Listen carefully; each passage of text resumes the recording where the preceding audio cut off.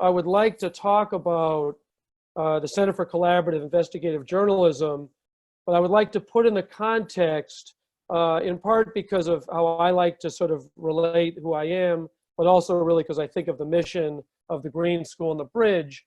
I just wanted to kind of give a little bit of personal background, talk about my professional journey, and share a couple projects that have led to the creation of our community of the Center for Collaborative Investigative Journalism, talk about why this matters now, and then mention a couple members whose work and the challenges they face, I think really illustrate some of what we're about. So I will do a little bit of sharing screen. I'll do a certain amount of talking, a little bit of sharing screen, but we'll hopefully, the main point is that I'd really like to have dialogue. So if there's any questions you have along the way or anything like that, please feel free.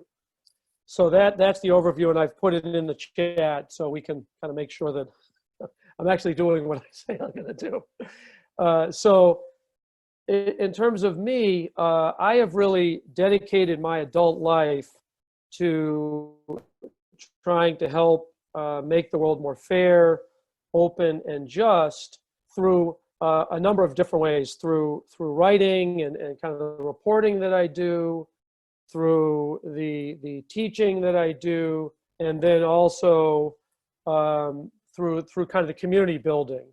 And so I just wanted to share a couple kind of experiences from when I was young that sort of illustrate and kind of nudged me in that direction.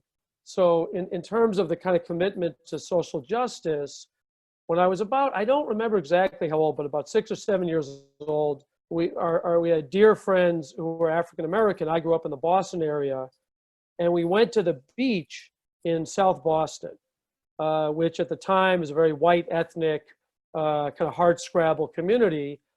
And there was one guy in particular who was making very negative comments toward our friend's mother. And one of my friend's older brothers said, "Oh, this guy's crazy, let's go make fun of him." That didn't seem like a particularly good idea. But in any case, basically, the guy made a lot of racist comments and then eventually physically attacked my friend's mother, and other people kind of subdued him. But I remember we all went to the police station, and my friend's mother filed a report.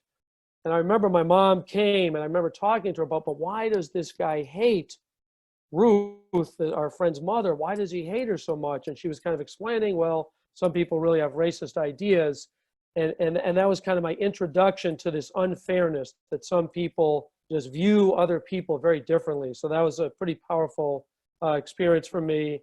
The other one was around when I was growing up, my mother had quite serious food allergies. And so she would often make one kind of meal for us, and then she would make a different meal for herself. And so it was sort of this consciousness that how things are for you and what might be pleasurable for you, that's not necessarily available to everybody. And so sort of to not take things for granted and kind of be humble and just be aware that there are a lot of different people who have very different life experiences than you. And so even in the conversation before we got started, Julie was just sharing, a lot of people in Bali are going out after 2 months because they would rather not survive than just continue to be cooped up, and that things are very difficult. And so that's a very humbling reminder of the differences that many people in this community that we're talking with throughout the world have very different experiences. So that was a second experience. And then the third one I wanted to share was that when I was in high school, every so often, I wouldn't do this like every week or anything, but every so often I would just call up a lot of people that I knew and say, let's meet for Chinese food. So what I sort of liked was just bringing together a lot of different people who didn't necessarily know each other that well, or didn't, were kind of different crowds, but that they kind of, seeing what would happen when we got people together. I just sort of liked doing that. So some of the work that I like to do as a teacher and a writer and a community builder, and as someone who likes to try and help contribute to making the world more open, I kind of trace back to some of those experiences. So I just wanted to share that. in terms of my professional journey, I'm a career switcher. I was in education for about 15 years. And when Chris and I were juniors at Stanford, my parents were involved in a very serious car accident. It was on President's Day in 1986. My parents were out on the road and the car swerved. It was snowy. An oncoming car that had snowplow on the front crashed into it. And the only reason my mother was given a 1% chance of living was because the paramedics were out on the road already and heard the crash and then got there.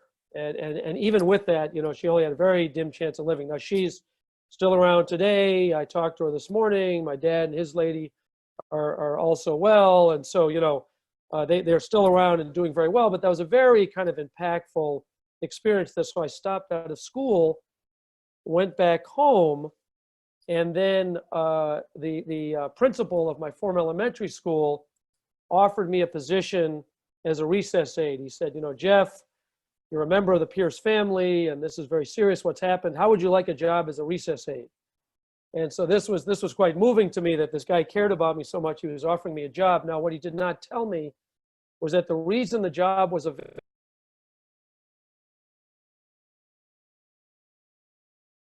and pelted her with snowballs so that she quit on the spot and never left.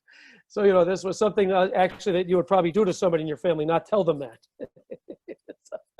So this led to basically a 2-year apprenticeship in my former 4th grade teacher's classroom. So I basically learned to teach in the same classroom and from the same teacher who had been my 4th grade teacher. So this was a very foundational kind of formational experience on many levels. And so you know, he's still around and I still talk to him. So I tell my students when they come into my class, I say, I'm still learning from this man more than 40 years after I first met him, so that if you want, we can still be in touch in the year 2060. And so, you know, I make this offer to all of the students. Now, one of the students, when she heard that, she said, well, how old are you now? And so I said, well, what are you asking, Shannon? And she said, well, it just seems like a really long time. So the point is that this was the beginning and the foundation of working in education for about 15 years. But then as Chris and Carol in Forming the Bridge are talking about, there was some part of me that loved writing and really kind of wanted to make writing the main focus of what I wanted to do. So I applied for a couple of years to different programs.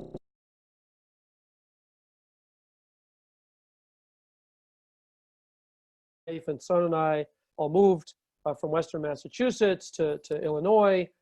And so I began a career in journalism. I really do that so that I could tell stories that wouldn't otherwise be told and had the chance to make a difference in the world.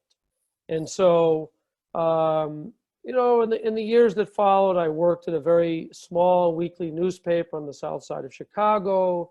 I did investigative race and poverty work for a publication called the Chicago Reporter.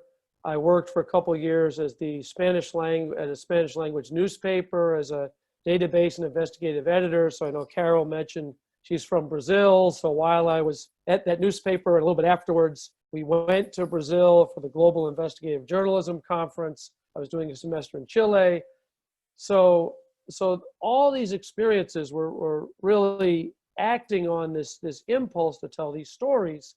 And I also realized after doing a story about nursing homes in 2014 that I worked on the entire year as a freelancer, I really realized that the impact that you can have as one investigative reporter working on one series is not quite as large as if you work in a broader community.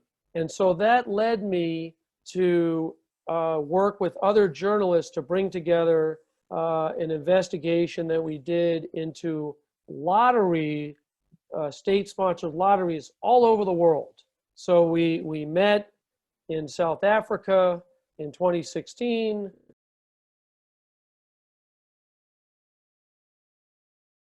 Couple bottles of wine, and we said, let's not just write about one lottery, let's write about the entire system.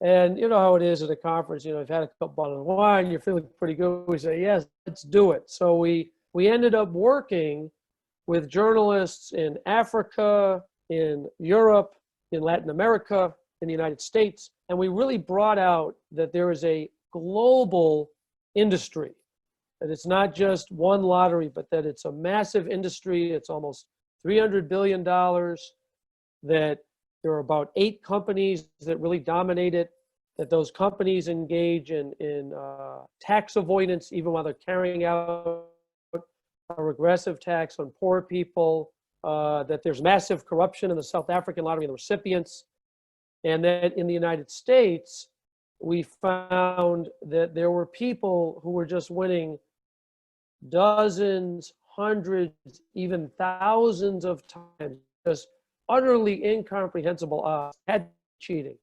So we kind of did this whole project, and it had some pretty exciting impact. And part of what happened was we presented it at this global conference. And at the global conference, this woman from Colombia said she worked for Open Society Foundations, and she said, you know, I like what you guys are doing, and I'd like to find a way to support your work. So I don't know about you, but this was the first time anybody had come up to me and basically said, hi, I'd like to give you money. So of course, it didn't happen right away, but it began this process that led to the formation of the project that we're doing now, the Center for Collaborative.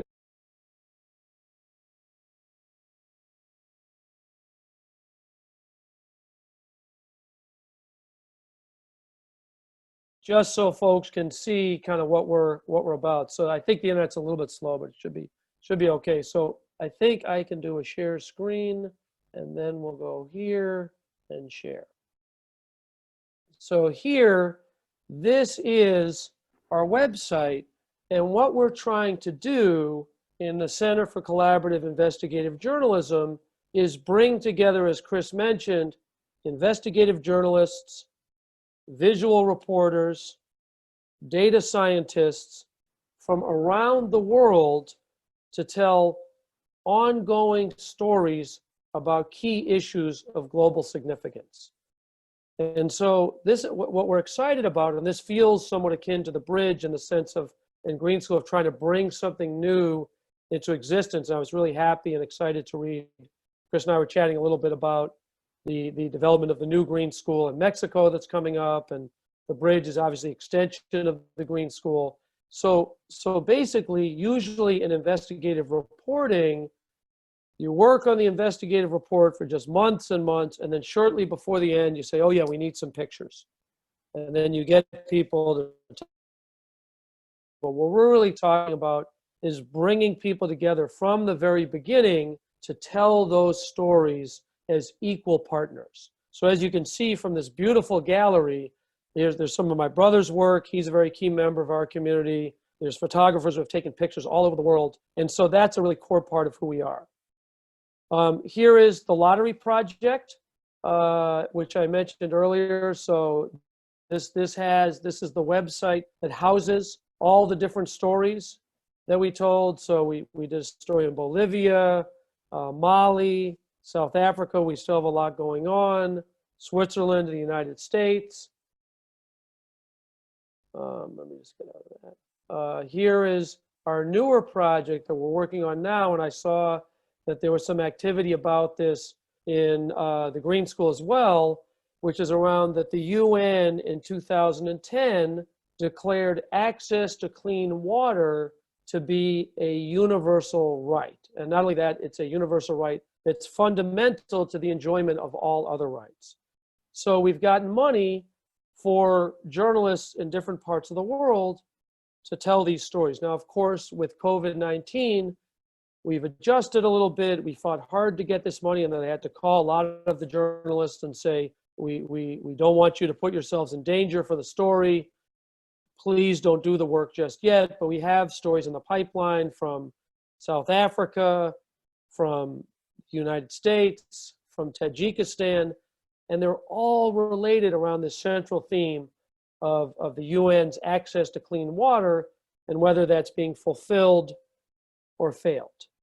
So that's sort of our second project that we're working on. And I just wanted to talk, I'm just going to go off of the screen share. I just wanted to talk for a minute, Chris was alluding to this, about why we feel that bringing people together is really important now. And there's a number of different reasons. As Chris mentioned, misinformation and fake news, kind of a repertoire of attacks, are really global. There's also the volume of information that's available to people is up, but often people's attention span is down. The people who are doing bad things are very active on a global scale. And really, we learn from and strengthen each other through identifying common themes and strategies and people. Community is that we really work to have each other's backs. And so I just wanted to, for a minute, just go back and talk about a couple of others, illustrate some of the challenges, really the very inspiring and humbling responses that they bring to it. So I'm just going to share the screen again in a minute. We'll go here. There we go. So let's just go back here. This is our people. So this gentleman here, Raymond Joseph, I just wanted to talk about for a little bit. And Chris and I are in kind of a Facebook Messenger chat group with other people from our freshman dorm. And I've talked a little bit about this gentleman here, Ray Joseph, a number of times. So he is a longtime, journalist. He started reporting. He went to college for a little bit, but then he basically said, I want to report what's going on in apartheid South Africa. He's been a reporter. He's been an editor. He helps people verify information. He's been a trainer. And he was in that group in 2016 where we said, let's look at the whole lottery industry. So he has just dug in tenaciously and exposed systemic corruption in the South African lottery. Now, South Africa on paper has some of the most ample, beautiful protections of free speech in the entire world. Their constitution is in 11 official languages. It talks about it talks about access to clean water as a right. It's one of the few nations that does that. But it makes very clear that freedom of expression and freedom of media are fundamental rights. But the way the government has responded to Ray, they mentioned him by name in press releases. They mentioned him on television and his wife. They have made repeated attacks against him and family members on social media. They have helped to threaten him, and they've sued him. There have been marches against Ray by members of civil society. And in the halls of Parliament, while he was attending a hearing about the work his impact had caused, one of the leaders of that march went up and threatened him in the halls of Parliament. And yet he has just continued. He's been nervous, he's been concerned, but basically he has continued to do this kind of reporting. And so to me, that's an example of the character of the members of our community, of the challenges, and in the same way that I realized very young that my mother's experience of food was very different than my own, his reporting conditions are extremely different than my own, and yet the strength and courage that he brings to our community. So I just wanted to talk first about Ray and how I wrote a piece about Ray recently and kind of backing him in a South African publication, and a lot of people, kind of support him. So we try to support each other. So that's one. And then the other gentleman I wanted to talk about is another member of our community. His name is Ineas Sasu. So just call up a picture of him. Here he is. So Ineas, there we go. he is an investigative journalist who was at the original launching of the water project. He's from Benin in West Africa, which also pledges itself to press freedoms. He did very strong investigative work in a project that you may have heard of called the Panama Papers. He exposed a lot of corruption in West Africa leaks. So the government after that was really after him. So he attended an event where he tweeted the comments of a public prosecutor in December. The government went to his home and then said, you have to take this down. He refused. They then came back right around Christmas last year, took him from his home, took him from his wife and young child, and then had a 2-hour trial and imprisoned him on having violated a harassment or fake news law. And so Ineas has been imprisoned for doing what is standard journalistic work. It wasn't even probing investigative work, but he's in prison for 18 months. He's away from his family. And again, the community, as soon as I shared this with our community, people started saying, hey, what can we do to help Ineas? So a gentleman in Hartford, Connecticut, wrote a draft of a letter that more than 50 journalists from more than 20 countries around the world signed. We then sent it to the US Congress. We've encouraged other people to do the same. We've continued to write about Ineas. He actually had a hearing just yesterday, and we'll see what happens, but it doesn't sound like the government is budging. But we're continuing to try and keep the word out about what he's doing as an expression of our desire to try and be there for and with each other as much as possible. So that's a little bit about me, a little bit about my professional journey, some of the investigative work I've done, some of the collaborative work that we've done internationally, and then why this kind of work is really important now. And I think Ineas's experience and Ray's experience, and then the network and the community that we're building together, I think that speaks to why this really matters now. Because the bottom line is, even with all of these obstacles, the work that Ray Joseph has done in South Africa has had tremendous impact. The head of the lottery has been put on a forced leave. The lottery has made different changes in the allocations of money that it does. Just this couple of weeks ago, he wrote a column that said, excuse me, why is the lottery still running as an essential service while we're in a pandemic? The next day, the minister that's over the lottery shut it down. So that kind of impact done in the face of tremendous obstacles with tremendous courage and heart and resilience with some support that we've been trying to able to give him remote. That really is what we're trying to do together and what we're trying to build. And I really see, I shared with other members of the team the opportunity to speak, but here, and I really see, hopefully this will be the beginning of going. I really see that local network with giving people a chance who might not otherwise have participated in this work, a chance to do that. I really see that as we're working to build something not just to get through the pandemic, but that actually will hopefully put us in good stead afterwards. So I've talked for a while, so why don't I stop, and then we can move to the conversation portion. So thank you very much for hearing me out. Thank you again, Chris and Carol, for the opportunity, and just look forward to the conversation. So.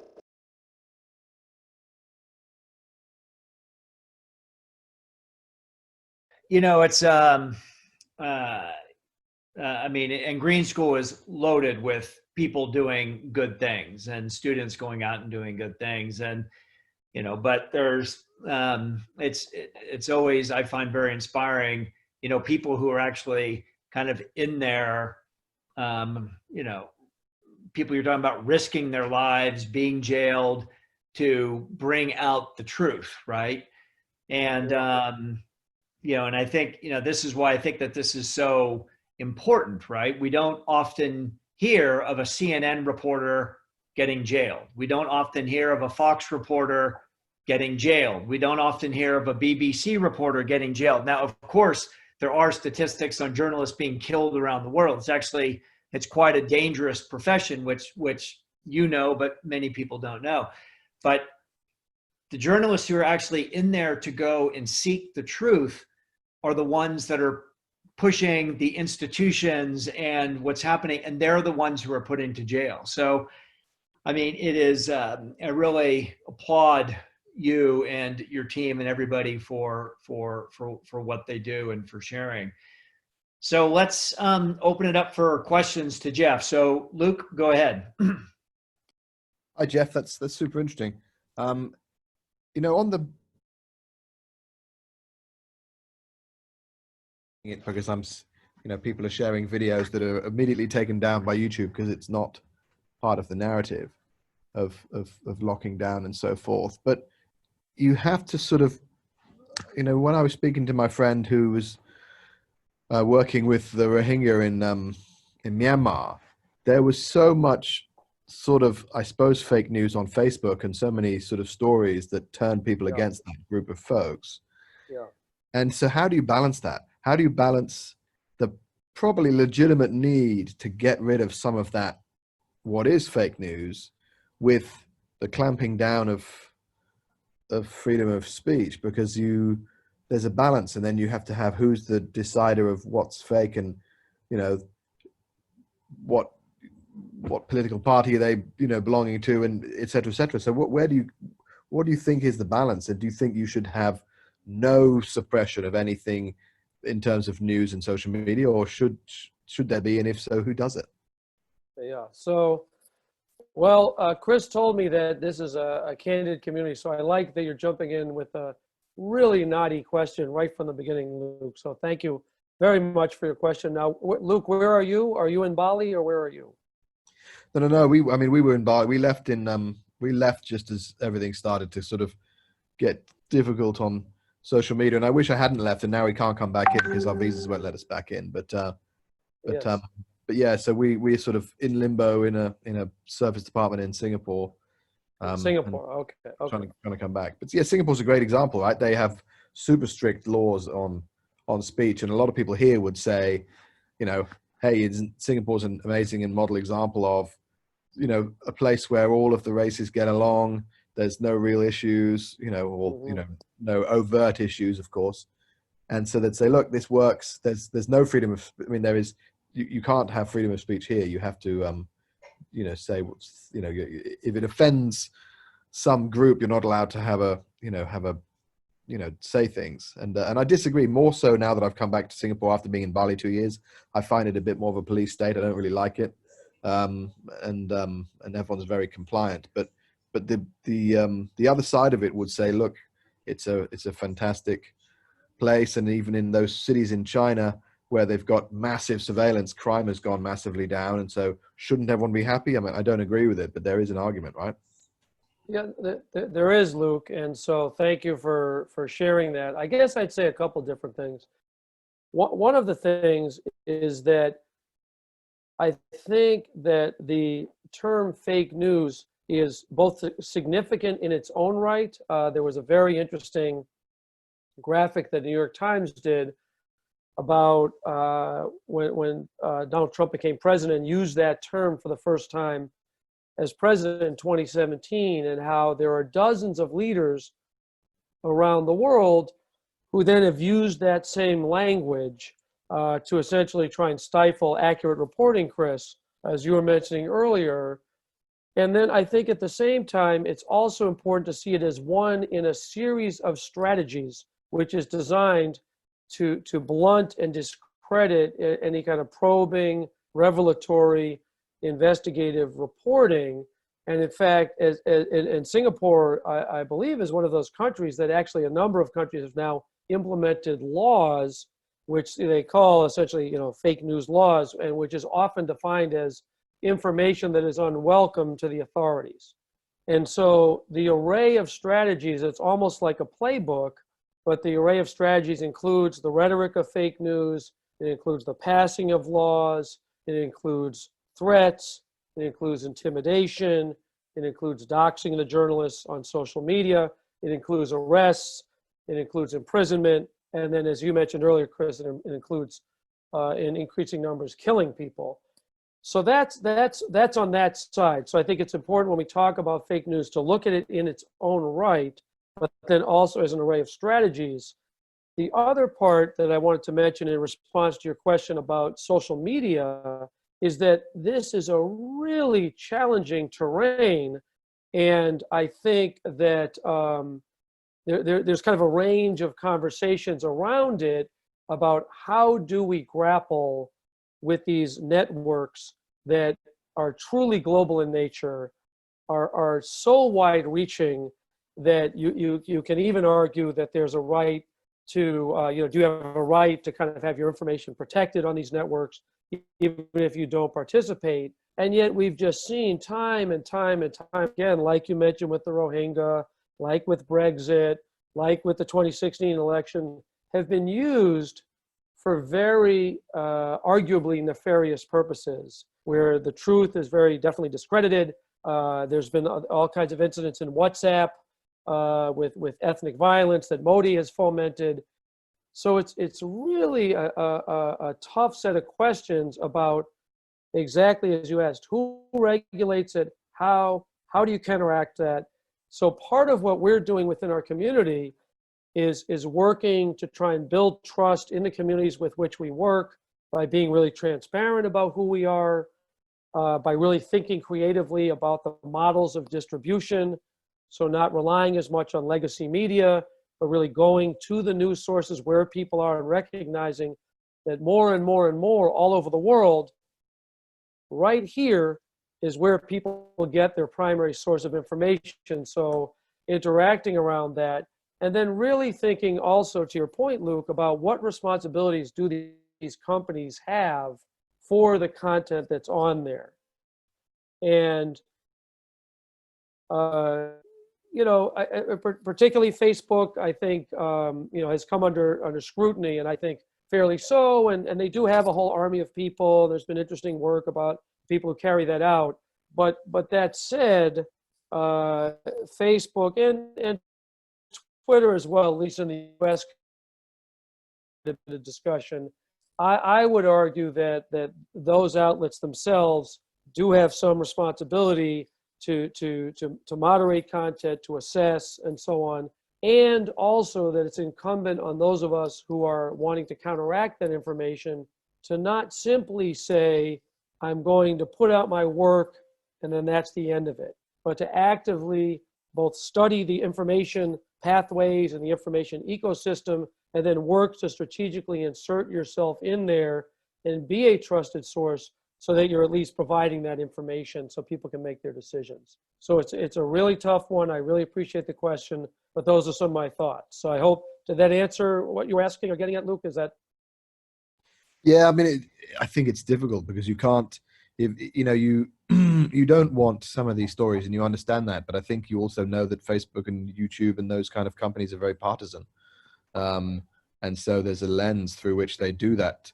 They do that, work. And so it's tricky. And I think people have always thought of journalists as sort of, having high integrity and a real sort of, an honorable profession.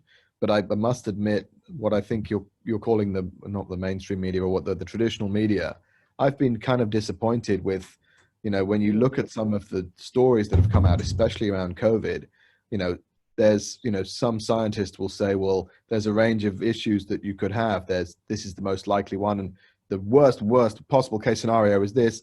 Then the news stories jump on it and say, this is what's going to happen. Everyone gets scared. And of course, I assume that those CNN and Fox like that sort of thing because they get a lot of shares and a lot of clicks, and they need the money, and journalism's changed. But it just feels like that I've lost faith in the profession a little bit. Not that what you're doing I think is fantastic, but when you look at some of the reporting, it seems a little bit not what you think it once was. I mean, I don't know if I've got some idealistic view of what journalism used to be, but.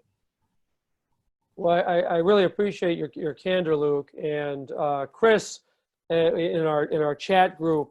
That's another one of the many things I admire about Chris. Chris has been very strong on this. We've had kind of dialogues that we carry on within the group, but then we've also had conversations like these. And Chris has been very strong within our group about making similar points. And frankly, others in the group have shared that feeling. And I think I can really understand where you're coming from, and I think there's a lot to it. I think that there's been a number of different ways in which the kind of intersection of the economics, of the perception of what audience wants, of the fragmentation of information have come together. And frankly, Luke, to the earlier question, I think that in a lot of ways, our community and our industry hasn't fully figured out how to respond to someone like Donald Trump and the people who support him, who essentially kind of say that the truth is not really that important to us. And so therefore, the previous model was more, you would put information out, if you confronted a politician in a lie, they would kind of say, yeah, you're right, I was wrong, I shouldn't have done that. Whereas kind of the continual doubling down, the refusal to apologize, and the simultaneous series of attacks, I just think the industry has kind of struggled to deal with that. At the same time, I would say certainly within the investigative community, both within the folks that we work with, but also other people have really done, very strong, impactful, fact-based, revelatory work that has had a serious impact. And as we mentioned with our colleagues, often in the face of tremendous difficulty. So I really understand and respect what you're saying, and I think there's something there. And I think that there is another part of the picture as well. So thank you very much for your question and your comments.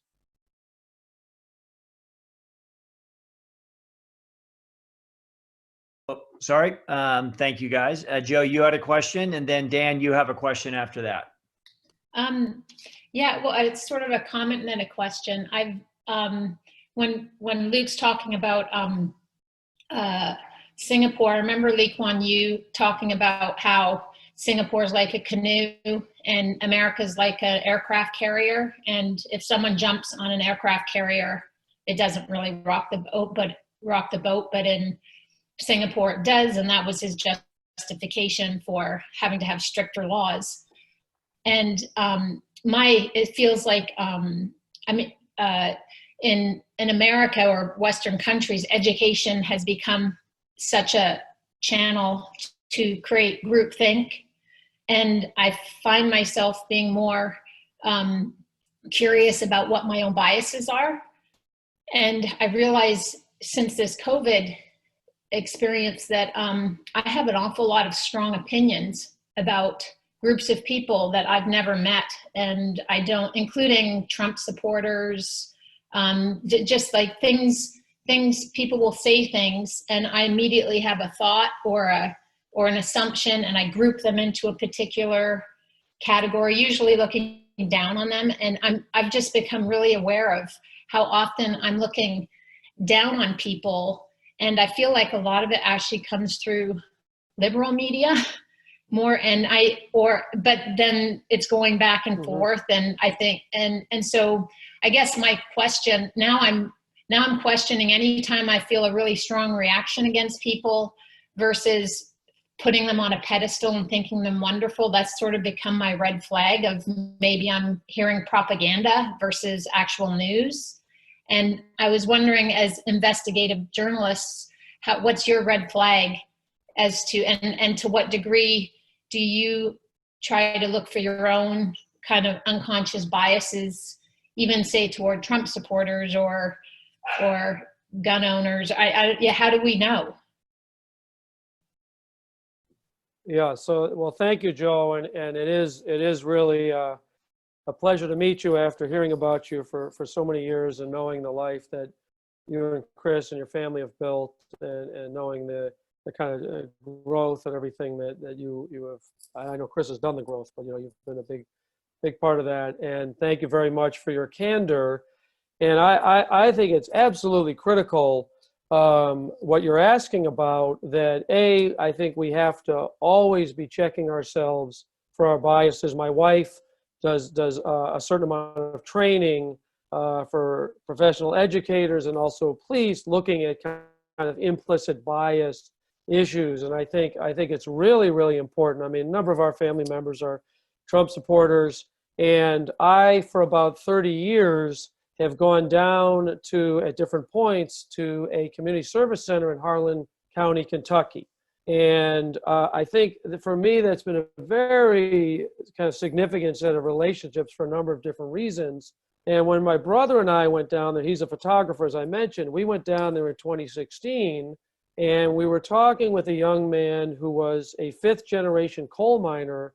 His wife, who was the granddaughter of this family that runs this community service center I worked on for many years, was, you know, kind of cobbling together shifts at a local dairy hut, kind of, you know, a fast food place.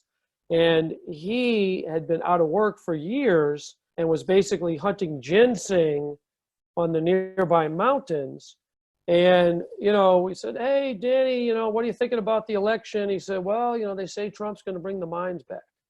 And so when I heard that, Joe, I said, you know, I think this guy has a chance that he can win. Because if he has put something out so that this young man in Kentucky feels an allegiance and feels an alliance with the vision that he's projecting, that's something really to take seriously. And there was another young man who, you know, kind of had similar ideas that we spoke with. It was a grandson in the family. And this is another point I'm really going to give Chris a lot of credit on. In our group, Chris has been very, very strong on that, on the need to kind of not have binary thinking and not to reflexively dismiss people out of hand for where they're coming from. And I do think that there really can be that tendency. There's another member of our group, Andy Hall, who I think is, you know, kind of very, you know, kind of clear-eyed about sort of, well, this was good and this wasn't, and so on. And so I think it's very important both to continually check yourself, to put yourself in a wide range of conversation groups and discussions, to actively seek people out with whom you disagree, to get their perspective. And at the same time, and I really appreciate your honesty in bringing this out, Joe, I think it's also very important not to back away from, if you find something that is indeed reprehensible, that you feel okay feeling that and then speaking out against it. I mean, that many of the different things, like the assault on truth, like the racism that many people who support Donald Trump, not everybody, but that he has espoused, the misogyny, the homophobia, the anti-disability statements, that those are worthy of critical scrutiny. And that's very important, not in a reflexive way, and that everything the man does is bad and everything, all his supporters are bad, and kind of the whole, you know, sort of basket of deplorables mentality. Not that, but very much saying, on the one hand, checking yourself, checking your bias, being in a wide array of settings, asking people to challenge you. On the other hand, you know, feeling comfortable, hey, these are my convictions, this is against it, and this is something to speak out against. And I think there actually can be a danger at times to some of these behaviors becoming normal and kind of getting accustomed to, well, that's just how it is, and really looking at where. I just want to conclude this question by giving one example. My brother and I went to the inauguration of Donald Trump, and I covered it for 2 South African publications, for one South African publication. And I did that because I really wanted to see, talk with, learn from the people who were there. And I talked to a whole range of people. I wrote up the story, and, you know, Grand Rapids, where we are in West Michigan, this was the site that President Trump held his first rally after the Mueller report was released. And there were just thousands and thousands of people. And I went there very specifically because I wanted to see, I wanted to hear, I wanted to be in that space. I wanted to really feel, not just understand, but feel. There's another part Chris is really strong about, and I admire, about, you know, really feel and be open in the heart to just, you know, where are folks coming from? And so I think that's really important to do. I'm not saying it's a panacea. I'm not saying that, that gets away at everything. I think we all have biases, and I think there's to some degree unavoidable. But I do think, taking those steps and at the same time being true to what you see and speaking from that place, I think trying to be in both of those spaces is an important place to go. So does that answer what you were asking, Joe, or does that speak to the question? Like Luke said, it's a hard question to answer. It's more, it's kind of this ongoing discussion. And I tell you what, I always thought I was super open-minded and talking to people with different points of view. But there was always, from a liberal point of view, I feel like there's always an air of kind of superiority. And the time that really got, the time I really experienced having that wash away was being on the receiving end of it by my liberal people, like expressing a viewpoint and getting just ripped to pieces, discard. And then once that, or even listening to, say, the political parodies where I was getting a lot of my viewpoints, laughing kind of at people. And until you're the ridicule that comes through when you're on the receiving end of it. And then you're like, well, hey, they're misrepresenting my position. And that the narrative they're creating is to make people look down on other people.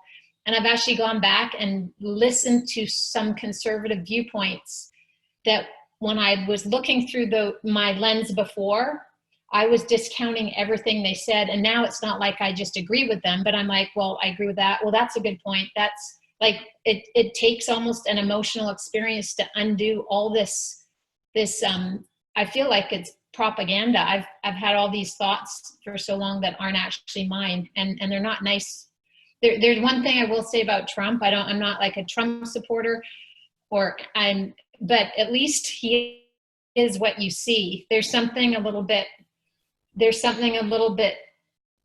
like not so bad about that compared to people coming and presenting themselves as being for the environment or being for equality, and then actually looking at their actions, which you're not allowed to actually criticize. It's better the devil or the wolf in sheep's clothing. Anyway, but yeah, but you added to the conversation. So, that's great. No, thank you. I mean, I agree. I agree that it is an ongoing dialogue and kind of process, and I certainly think that part of why, especially in 2016, both on the one side, Trump did very well and Bernie Sanders did far better than anticipated, there was this sense of authenticity, that what you see is what you get. With Bernie Sanders, whether you like him or not, he said the same thing for 20, 30 years. There's a question, how much was he able to get enacted? That's fine, but the man has been consistent, said what he did, done what he said, and then similarly on the other side, Trump, there's unfiltered, brazen, that's fine, but he's not hiding anything about that. So I think that's an important point, and I actually really appreciate your basically your courage in sharing about the challenges of not just having a bias, but really absorbing a set of beliefs. And then I really think you make a very important point about the ridicule that I do think sometimes happen on the left of one of them lying accurate for assessing. I think that is a problem that play into why certain people who have felt pretty resentful do say, no, this guy is on my side. He's not talking down to me, and this other person is kind of thinks they're better than me. And I think in my reporting, what I try to do is to really enter communities respectfully and with humility and with the knowledge that I have, many different levels of privilege because of, being white and male and upper middle class background and educated and straight and able-bodied, and that people in communities that I'm reporting across those things they have a lot of privilege in terms of being who they are, the life experience and expertise and the culture and the knowledge that they have of that. And so entering with that humility and continuing to keep that in front of you as you go through. And then in the community that we're building, we talk a lot about the community we want to build, the culture we want to build. And so I think that's really important to not put yourself above. And if you do, it's like a buck up, hey, I'm sorry, I didn't realize if you took it that way, or, whatever. So I really appreciate those contributions and your elaborating comments, Joe. So thank you. Thank you very much. Thanks, guys. All right, Dan, over to you. Had a question, and if other people have a question, just raise your hand, or you can just post it on the chat. Thanks, Dan. Yeah. Well, Jeff, thank you very much for joining us. It's amazing to see the work which you and your colleagues are doing, and thanks for that, and also sharing it with such an audience. Well, I have a question about freedom and equality, or maybe freedom versus equality. I have to say a bit of a background. I for sure have many unconscious biases, and probably even some conscious biases. Because I was born in socialist Czechoslovakia, so first 18 years of my life were living in socialism, and then I experienced this incredible rebuilding of the society and freedom, and then later I lived in Moscow, and we lived in Dubai, and now we live in Bali, so experienced different things. And this question actually, which I have, is triggered by a book I just finished. So let me just read a little quote from there. The book is called The Lessons of History by Will Durant and Ariel Durant. And it was published in 1968, so it's fairly, old book. And what they say is this: nature smiles at the union of freedom and equality in our utopias. For freedom and equality are sworn and everlasting enemies, and when one prevails, the other dies. Leave men free, and their natural inequalities will multiply almost geometrically, as in England and America in the 19th century under laissez-faire. To check the growth of inequality, liberty must be sacrificed, as in Russia after 1917. Even when repressed, inequality grows. Only the man who is below the average in economic ability desires equality. Those who are conscious of superior ability desire freedom. And in the end, superior ability has its way. Utopias of equality are biologically doomed, and the best that the amiable philosopher can hope for is an approximate equality of legal justice and educational opportunity. So I still, quote finished. So I still don't know what to take on this, and how to can I, because this is kind of speaking against my beliefs, but at the same time, my brain says, well, that's not such a nonsense, right? So, so my question is the following. So, what is your take on it as a educated and experienced man? I think one. Second is more specifically as an investigative journalist, would you see yourself of more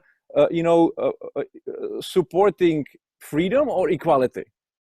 And perhaps even third, in the current United States of America, which of course I have limited understanding of what's happening,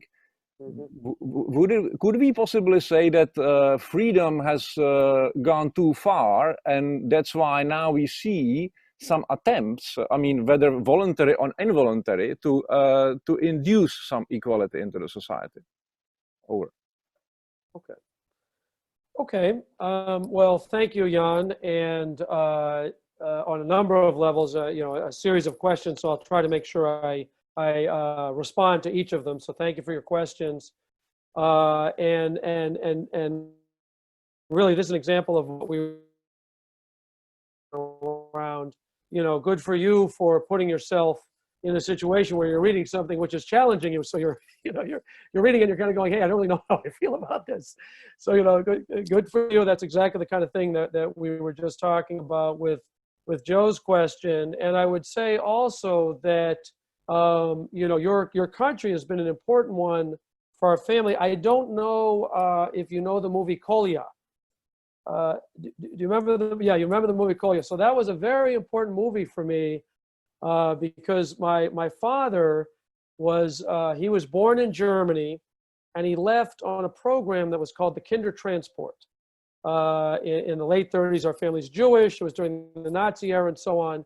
And so, growing up, we wanted to kind of understand what that was. And he would say, no, it was no big deal. I don't remember anything. But clearly, it was a very sort of traumatic experience.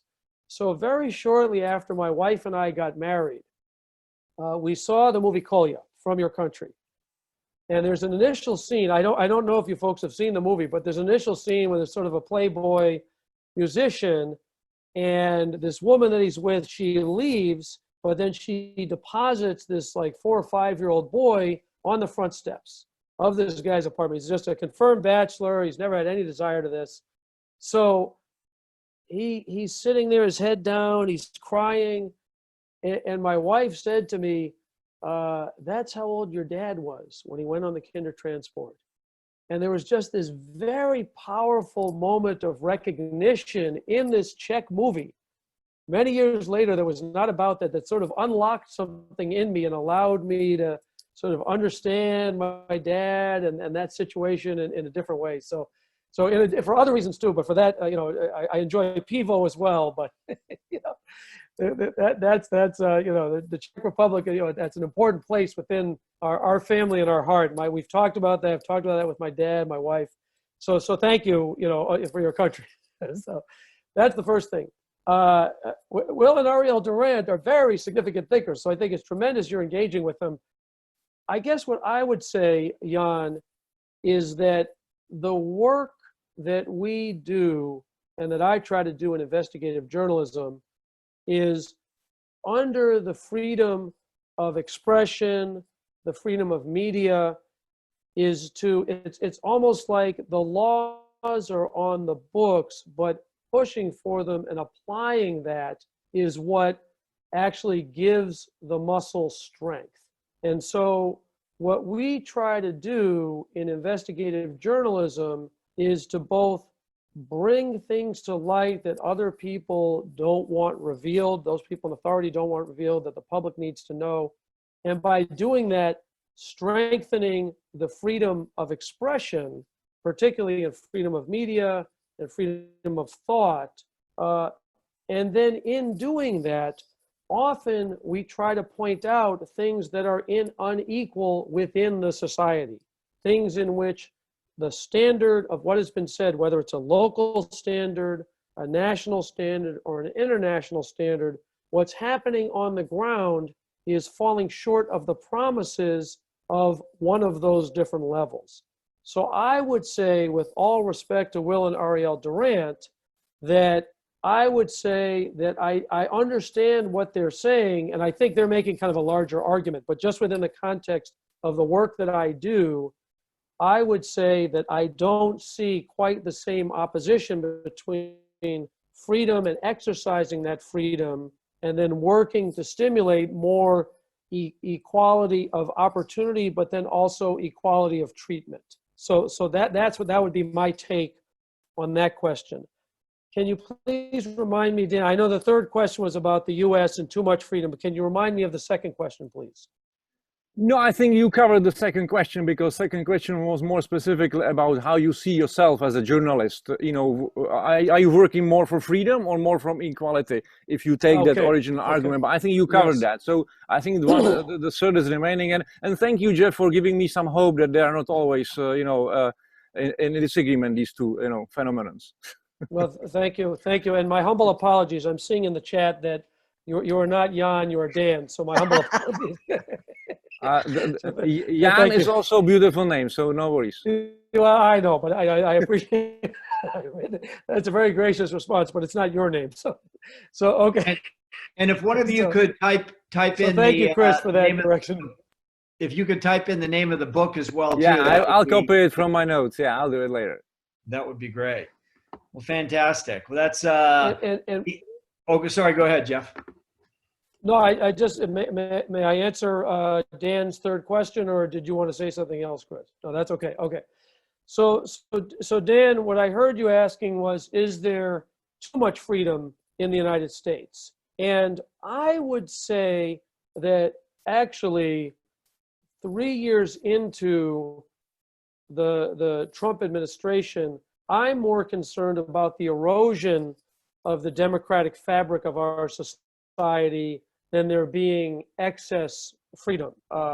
So that would be my take. I'm happy to elaborate. I want to be mindful of people's time and everything, but I would say that both in terms of some of the measures that have been passed into law, but also, and again, this is, I think, a point that Joe, you made earlier about some of the, appeal that President Trump has for folks, that he has, I think, somewhat intentionally disrupted many of the norms of democratic society that I think has then had deleterious consequences for the resilience and the strength of the democratic fabric of our society. So I could go into more detail if you want, but just to give one very specific example, if you look on voting rights, there's been a real concerted effort over time that also has come up more during the Trump administration around restricting early voting, cutting down the number of voting booths that people have access to, the distances that people have to travel, when the polls close, qualifications that people have to demonstrate. There's just a number of different felons. Can they vote or not? There's just been a number of different actions that have occurred on his watch. Now, not only, I'm not holding him solely responsible, I'm just saying that have happened during that time that makes me feel, are we more or less free than we were? There's also a very fine investigation that a friend of mine did that I worked with on a project that I'm just typing in here called Copy, Paste, Legislate. And what that project does, Dan, is it shows how there's a nonprofit that has coordinated kind of template legislation that has led, I would argue, some might have a different opinion and that's totally fine, but to a diminution of certain freedoms that has literally, you sort of swap out Indiana and put in Michigan. You swap out Michigan, you put in Illinois. And this group has been very effective at using the democratic freedoms to put in these laws that I would argue have had a deleterious effect on freedom. So those are my thoughts on that. And I see that Sophie has a question. So those are my thoughts for the moment on that.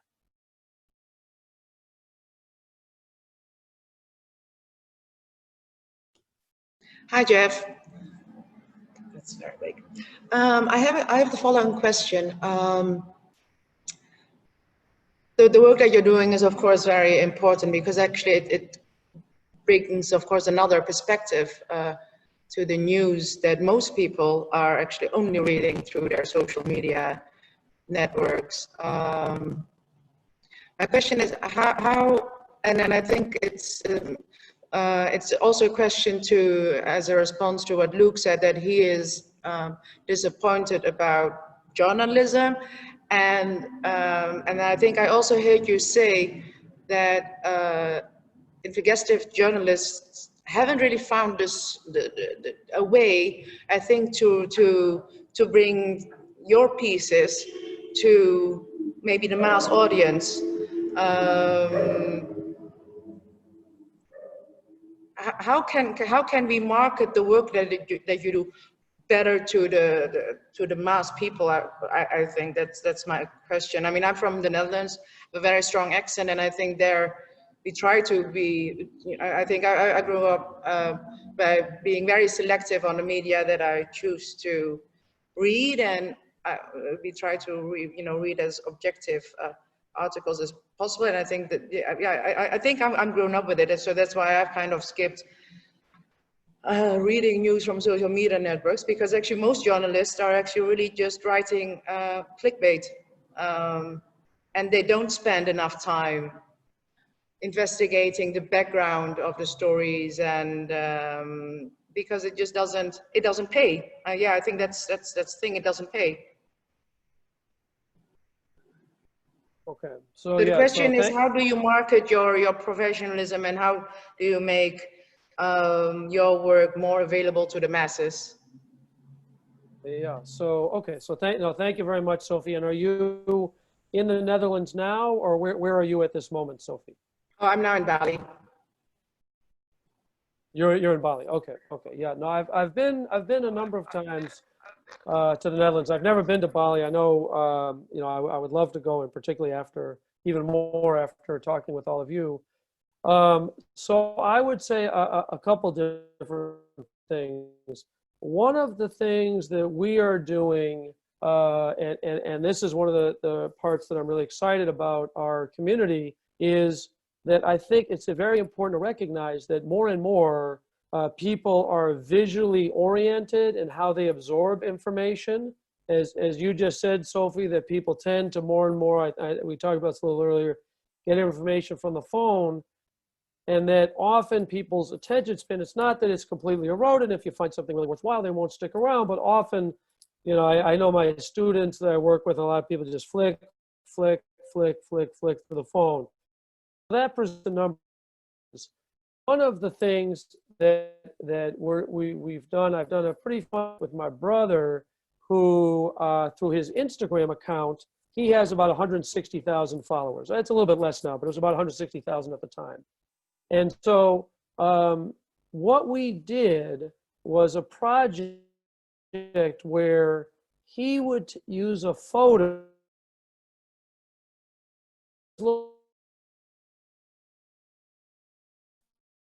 and through account, in the captions, I would embed investigative content, resources, findings, analysis, and then dialogue with people all over the world.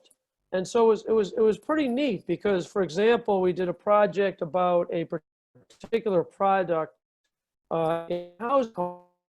This is basically something that elderly people can get in using African-American seniors on the west side of Chicago. So we you know, my brother took a beautiful picture of this lady, 89-year-old woman who had come up from the South, and you know, she was in danger of losing her home. And I described what had happened, and then people from England, from India, from Australia, from the United States all started responding. They started saying, this is what happens to our elders here. A number of different people offered money to try and help the family. I showed the family the different people. You know, that's not something we as journalists can kind of directly and actively facilitate. And so it really was kind of an exciting element. I guess what I'm saying is that on one level, the use of visual imagery, and I think you saw from our website, we have very high-level photographers as central components, not as, well, here's the 6,000-word story and here's some photos to make it look nice, but really as core partners. I think that's one. I think the transparency and sharing the data is the other. I also think that, and I think I mentioned this a little bit earlier, but really studying information networks and who is actually influencing how people think and then looking to go there. I think that's really important. We have this, for example, we have this woman on our team. She's an Emmy award-winning journalist. She's from Nigeria, she's in Germany. And so she's designing our social media strategy. And one of the things she's doing, Sophie, is taking our content and designing it to be distributed in Pidgin English, so that in Nigeria, the people who speak Pidgin, they might be a little more responsive to it, and not just staid traditional forms of content, GIFs and memes and accessible content. And then similarly in South Africa, using Zulu. So I think it's really being intentional about who the audience is, how they get their information, and then where they go. I will say, and we've had this conversation, and Chris very graciously offered to help me think about kind of finances. I do think, and I think Luke, you were alluding to this, that there has been a challenge journalistically with kind of sorting out the financial model. So I do think some of the effort is to kind of get audience, and then that gives ratings, and then that gives ads, and so on. I also think that the pressure now for people to produce is extremely high, and investigative journalism does take a long time. It's pretty slow. You can do it kind of as you go, but I mean, it is sort of a digging away, and so that's expensive, and so that's a hard thing to do. That said, I would also say that I'm happy to share with Chris some resources, some sites, some people are doing things well. So some of the stuff that you were asking about earlier, different tools that people can use to kind of detect fake news and how to respond to that. So I'm happy to share some of those resources if that would be of interest as a follow-up, if that would be useful, because I know that part of the effort, from my perspective, part of the effort of people who do that stuff is to just create enough doubt and enough disappointment that people go, yeah, I don't really know. So yeah, no, I'd be very, and I see in the chat, it seems like there's some positive, response to that. So yeah, so I'm happy to share some resources. And in fact, I can't speak for this gentleman, but Ray Joseph, the gentleman who I spoke about, he's very, very good about this. So he might even be someone perhaps for a future bridge talk to really talk about that. And he's done that training in people in in countries all over the African continent. So if that would be of interest, I'd be happy to make that connection, because he's really very strong at that. He's reinvented himself to do that. He really embodies that kind of lifelong learning. That's the core of the Green School and of the Bridge. So that could be another thing as well. Well, that is great. Well, thank you, Jeff. And I know we're 90 minutes in, and we've had a couple of people who go and tend to some things, but I personally listen to you for forever, and I'm always so fascinated and intrigued. My mind, I'm not smart enough to kind of fit all these pieces together, but I'm always blown away when Dan's asking about this book from 1968. And I'm like thinking like, there's no way Jeff is going to know this. And then he has it. So I really like how you use your intellect, but you always use your heart. And I think those are the two key pieces that just need to be balanced, in all of this discussion. I think, to me, this is the failure of what manifests on Facebook and social media and everything, is that we're always coming from our intellect, myself absolutely included in this. Like, I know when I'm coming from my head and I've abandoned my heart. And whenever we're just operating in our intellect without that balance of spirituality, we're very dangerous, and we are very mean, which is what I've seen kind of play out so often, and I know when I drop my, that aspect of myself, I know, I get nasty and do shots across the bow and things like that. So anyways, I really honor and appreciate the balance that you bring to this discussion. So I don't know if you have any kind of final words to sort of wrap up for us, to leave with us. No, that's fine. Well, no, thank you, Chris. That really means a lot. And I really appreciate how strong you've been on that, both as a reflection of, kind of your journey as we've gone from, when we initially knew each other. I mean, at this point, we've known each other basically 2/3 of our lives. It's a really long time. But also very specifically in some of the dialogues that we have with our group, and I really will say that this group that we've kind of come together, we all knew each other same floor freshman year, and then during this time of uncertainty, kind of coming back together and that perspective that you've brought has really been kind of a touchstone for me. So thank you for that. And it's really a beautiful thing when you can do work that you love and believe in, and then talk about it with a community, and then a community that I'm invited into by someone who's a dear friend who I've known for so long and hold in such regard and love. So I really appreciate that, and I just thank everybody for your attention, your comments, your questions, and I really hope this can be the beginning of an ongoing relationship. We're very early days in our community. We formed at the state level. We're still gentrification, but there is something very moving about the kind of community we've built together, and the way people are responding. And so I really welcome any thoughts you have, any suggestions. Chris had mentioned, hey, maybe journalism needs to think about a new financial model. I really welcome that. So thank you all for making the time. I know that you all have full lives, and I appreciate your making some space for me to come in it. And it's a thank you, Julie, for getting me set up, and Carol for the space as well with Chris.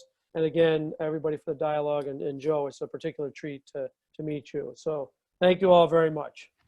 Thanks, Jeff. That's great. Well, thank you. Yeah, thank you. Thank you, Jeff, and thank you for staying up till 12. You are now, I think, technically, officially the latest speaker we've ever had at or on the bridge. So thank you all for participating and being part of this. And I got to say, I miss the Green School and Bali community, and I can't wait to get back and to be back there with everybody. And, you know, if people do have further questions for Jeff, just please feel free to send them through to me, and I'm more than happy to connect. He's very accessible and everything. But everybody have a wonderful morning, night, day, wherever you are, and we'll talk to you all soon. Okay, so see you guys.